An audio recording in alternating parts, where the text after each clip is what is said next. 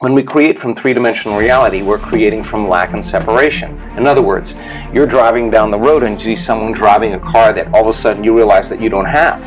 The moment you become aware that that person has that car and you don't have it, you're in lack of having it, right? Mm-hmm. So what the brain naturally does is it naturally creates you driving that car. And you have an image of yourself driving that car and you start identifying, wow, that would be a greater experience for me to have.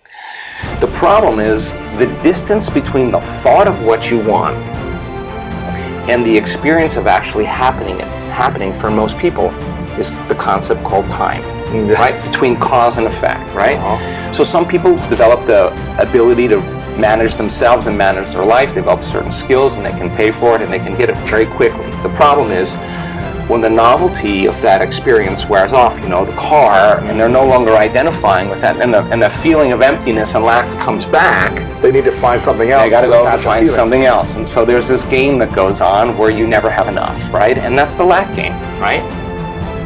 So then if you think about people having the things they want in their life, when they create from lack and separation, it's the experience in three-dimensional reality that produces the emotion, and the emotion is saying, let's feel and experience this thing that you've been in lack and separation from, and that emotion then takes away the lack or separation. But you've worked really hard to get it, okay? Nothing wrong with that. Is there another way to do it? The person who's living in lack is waiting for their wealth to feel abundant. They're waiting for their success to feel empowered. They're waiting for their healing to feel gratitude. They're waiting for their new relationship to feel love.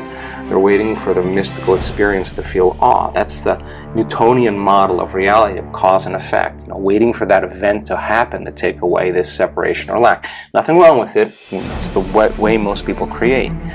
But what we've discovered is actually something else. The moment you feel gratitude, your healing begins. The moment you feel worthy and abundant, you're generating wealth. The moment you're empowered, you are moving towards your success. The moment you're in love with yourself and you're in love with life, you'll create an equal. The moment you are in awe of life, you're going to have a mystical experience. And so that's causing an effect, right?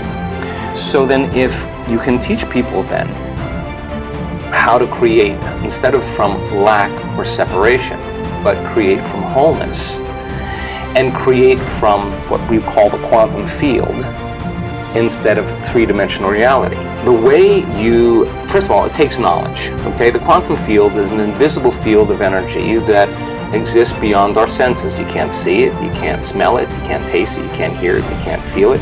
It exists beyond our experience of three-dimensional realities. How much of your waking day do you put your attention on matter, on the material world, and how much of your waking day are you aware of energy and frequency? For most people, they're unaware of the quantum field, and if you're unaware of it, it doesn't exist for you. Right. Just like you have a nose, but if you're unaware of it, it doesn't exist for you. The moment you become aware of it, it exists. Well, the quantum field, you can study all kinds of science, and they'll tell you there is this invisible field of frequency and energy that exists beyond the senses that tend to connect everything physical and material. In fact, everything physical and material is connected to this field, okay? So how do you get there? When you take all of your attention off your body and you are not paying attention to your emotions, your drives, your habits. If you could take all of your attention off of every element in your environment, and you're not thinking about time, you're not thinking about your schedule, where you need to be, or what happened yesterday, you can relax into the present moment. There tends to be a dramatic change in the way the brain functions when people do this properly. We call it getting beyond yourself. Because if you're thinking about anything in your three-dimensional reality, that's where your attention is and that's where your energy is, okay? So we kind of figured out this formula when people really become nobody, no one, no thing, nowhere, no time.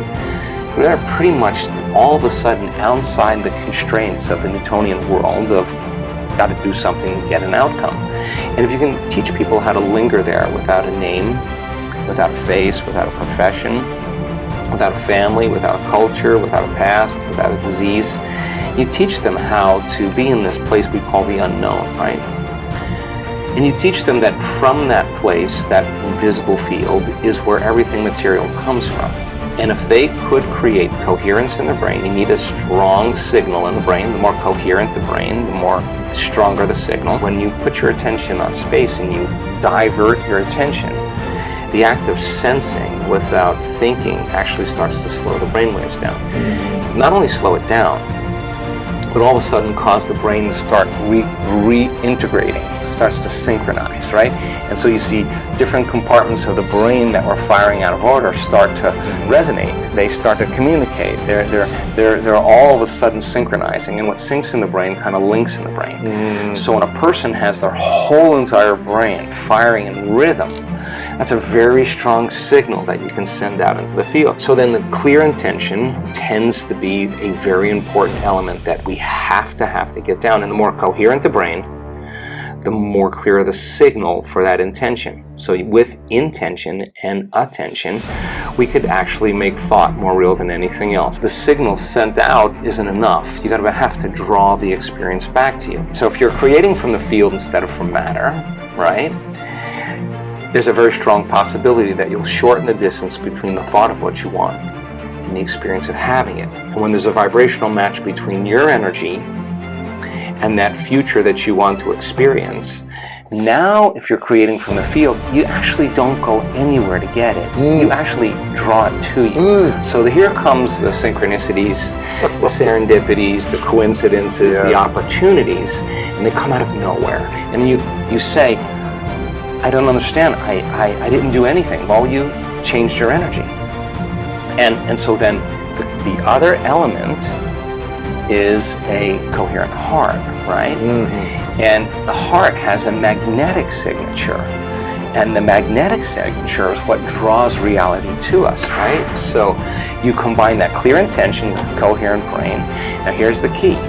This takes practice. Yes. Because the person who's living in lack is usually unworthy, is usually insecure, is usually in their past, they're usually frustrated, they're usually impatient, they're usually resentful, because nothing's changing out there because it's taking too long. Well, everything takes a lot of time when you do matter to matter, right?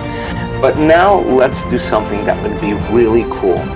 Let's write down the feelings of how you would feel if that future happened, and you're going to have to feel that feeling before it occurs.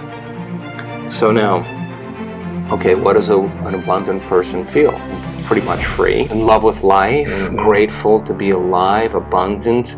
Okay, now let's practice feeling those. Turns out when you're feeling those other emotions like resentment and impatience and frustration, you're stepping on the gas pedal, you're turning on the sympathetic nervous system, and you're stepping on the brake. At the same time, which is you're angry, you're frustrated, but the fight or flight nervous system says run, fight, or hide, and you're sitting in a Zoom meeting and your neck is pulsating is because the heart is beating against the closed system, right? You're not using it in an adaptive way. Let's learn the formula of how to create, right? Yes. So then you'd have to feel those emotions before the experience occurred. And if you understood that you could dissociate all of your attention from this three-dimensional reality and have no attention on anything known, and understand it's the field that creates matter, not matter that emits the field. And if you could get to that place, the next thing that happens, the heart informs the brain. It's safe to create. What's the next dream? What is it what's the next opportunity you want to experience? That's a state of creation.